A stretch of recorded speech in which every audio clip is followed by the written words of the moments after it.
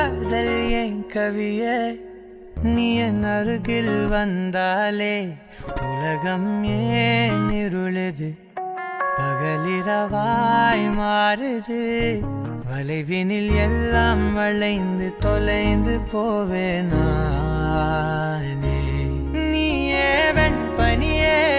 தீயின் சுவையும் நீயே உன்னில் மெது மெதுவாக பயணங்கள் போல தொடங்கிடவா மனம் ஒரு கணம் கொதிகலனாக தவறுகளின் செவியனமான தொலைவுகளை